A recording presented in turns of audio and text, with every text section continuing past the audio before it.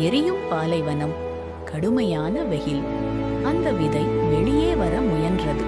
ஆனால் கல் அசையவே இல்லை. விதை வருந்தி சொன்னது, நான் ஒருபோதும் வெளியே வர முடியாது. அப்போது காற்று சொன்னது, புலம்பாதே, கீழே பாரு.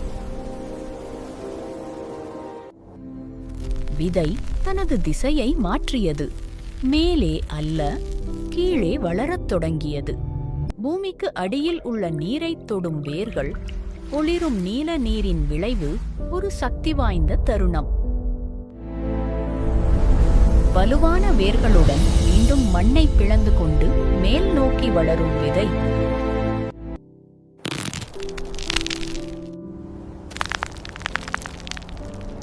பாறையின் அருகில் இருந்து முளைத்து எழும் வலிமையான செடி.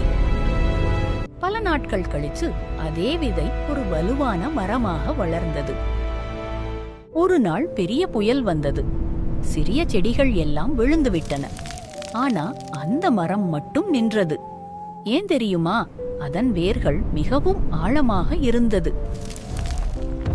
நீதி, சிரமம் வந்தால் பயப்படாதே. முயற்சி செய்தால் நீ வெற்றி பெறுவாய்.